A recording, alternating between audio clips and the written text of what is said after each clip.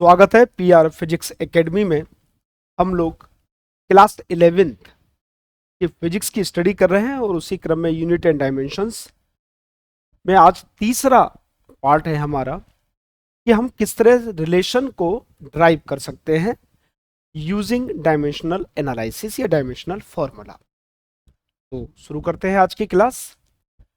To derive a relationship between different physical quantities by using the principle of homogeneity of dimensions, the form of expression for a given physical quantity can be obtained if we know the factors upon which the physical quantity depends। क्या कह रहा है ये कह रहा है कि यदि हमको ये बात मालूम पड़ जाए कि जो फिजिकल क्वांटिटी है वो किस किस चीज पर डिपेंड है, तो फिर हम उसको इजीली निकाल सकते हैं और एक रिलेशन को वहां पर ड्राइव कर सकते हैं।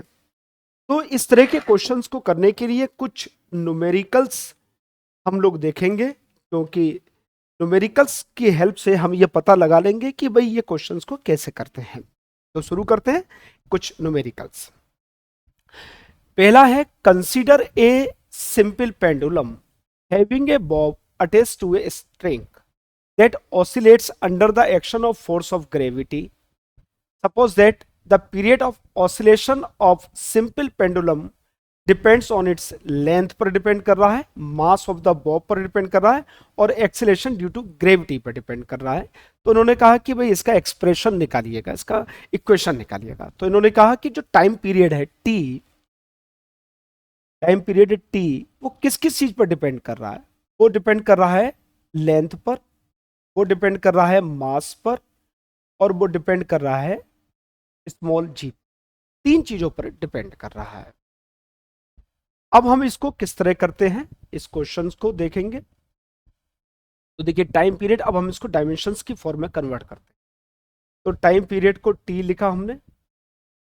अब डायरेक्टली प्रोपोर्शनल को हटाने के लिए हमें कांस्टेंट के लाना पड़ता है और हमेशा हम एल एम जी या जो भी टर्म दे रखा हो उसके रेस्पेक्ट में ही निकालेंगे। तो एल की पावर यहां पर ए मानेंगे, एम की पावर बी मानेंगे और जी की पावर सी मानेंगे। अब जरा वैल्यू पुट कर दीजिएगा। टाइम पीरियड टी है तो यहां पर एम 0 आएगा, एल 0 आएगा और टी आएगा, टी की पावर 1 है। तो के लेंथ को हम एल से रिप्रेजेंट करते हैं, उसकी पावर ए। मास को m से रिप्रेजेंट करते हैं, उसकी पावर b। और g क्या होता है? एक्सीलरेशन है, जिसका फॉर्मूला आता है एल टी माइनस 2 और उसकी पावर c। जरा इसको कंबाइन कर लेते हैं। तो m की पावर b, l की पावर a प्लस c और t की पावर माइनस 2c। ये हमारा रिलेशन निकल कर आ गया। तो यहां पर आ गया m0 l0 t। अब राइट हैंड साइड और लेफ्ट हैंड साइड की जो पावर्स है उसको हम बराबर कर लेते हैं। तो b इक्वल्स टू आएगा यहां पर 0, l इक्वल्स टू आएगा a प्लस 0 इक्वल्स टू आएगा a प्लस सी। l की पावर 0 है, यहां पर a प्लस सी है। और तीसरा माइनस 2c इक्वल्स टू आएगा 1। जब हम इसको सॉल्व करेंगे तो c इक्वल्स टू आएगा माइनस का 1/2। और इक्वेशन नंबर 2 में अगर हम c की वैल्यू पुट करते हैं तो आएगा a प्लस सी यानी कि माइनस का 1/2 equals to 0, then a equals to 1/। अब जरा इसको देखते हैं। तो t equals to k, l की पावर a है तो l की पावर a का मतलब 1/2 और m की पावर 0 है तो m की 0 पावर हुई तो 1 हो गया उसकी वैल्यू। और g की पावर c है यानी कि माइनस का 1/2। तो ये हो गया k under root l upon t। ये हमारा रिलेशन निकल कर आ गया। अब हम लोग जानते हैं कि t का अगर फॉर्मूला निकलवाया जाए तो t equals to 2 pi under root L upon G होता। t equals to 2 pi under root L upon G होता है। तो हमने वो एक रिलेशन यहाँ पर ड्राइव कर लिया। सिर्फ हमको यह पता था कि वो किस किस पर डिपेंड करता है, लेकिन उससे हमने एक इक्वेशन यहाँ पर बना लिया। करते हैं अगले क्वेश्चन। ये कह रहे हैं the frequency of vibration F of a string में depend upon length of the string, tension in the string and mass per unit length M of the string. तो फ्रीक्वेंसी किस चीज पर डिपेंड कर रही है? ये डायरेक्टली प्रोपोर्शनल है length of the string, tension T of the string and mass per unit length. और इसकी पावर लगा लीजिए, एल की पावर ए, टी की पावर बी और एम की पावर सी। अब यहाँ पर हम लोग लिखेंगे इसके डायमेंशनल फॉर्मूला। अब फ्रीक्वेंसी क्या होती है? पर यूनिट टाइम होती है, यानी कि टी की पावर -1 आएगा, इक्वल्स टू एक कांस्टेंट लेना पड़ेगा के।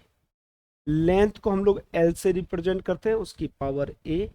टी क्या है? टी टेंशन है। टेंशन एक फोर्स होता है जिसकी यूनिट होती है mlt-2। तो mlt-2 की पावर बी। और मास क्या है? मास पर यूनिट लेंथ है, यानी कि यहां पर आएगा m अपॉन एल, और एल जब ऊपर आएगा तो आएगा -1 की पावर सी। अब जरा सबको कंबाइन कर लेंगे हम। ए m की पावर देखते हैं, तो m की पावर है b प्लस सी। m के बाद l देखते हैं, l की पावर है a प्लस बी माइनस सी, और t की पावर है -2b। और ये किसके बराबर होगा बेटा? यहाँ पर है m0 l0 t minus. Powers को बराबर कर देंगे तो b plus C equals to 0, equation number 1 बनेगी। a plus B minus C equals to L 0 है तो 0, इक्वेशन नंबर 2 बनेगी। तीसरा है -2b इक्वल्स टू का -1, इक्वेशन नंबर 3 बनेगी। तो यहाँ से b आएगा 1/2, तो b इक्वल्स टू आ गया 1/2। अब ये इक्वेशन b का जो वैल्यू आई है ये क्वेश्चन नंबर 1 में रख देंगे, तो 1/2 plus C equals to 0, then C equals to -1/, सी की वैल्यू आ गई -1/2, और बी और सी की वैल्यू क्वेश्चन नंबर 2 में रख देंगे। तो आएगा ए प्लस बी क्या है? -1/2, सी माइनस माइनस प्लस का आएगा 1/2 इक्वल्स टू 0। तो यहाँ से आ जाएगा a plus 1 equals to 0, then a equals to, सबकी वैल्यू रख देंगे, तो f आएगा f equals to k, l की पावर a यानी कि l की पावर -1, t की पावर, टेंशन t की पावर b है और b की वैल्यू है 1/2, और m मास पर यूनिट लेंथ c है और c की पावर है -1/2। तो f इक्वल्स टू आएगा यहाँ पर k 1/l under root e upon m। तो ये हमारा इक्वेशन आ जाएगी इसके रिलेशन के साथ, f equals to k 1/l under root t upon m। तो इस तरह हम कोई भी रिलेशन को निकाल सकते हैं। तो मिलते हैं अगली क्लास में, तब तक के लिए आपका बहुत बहुत धन्यवाद। Thank you.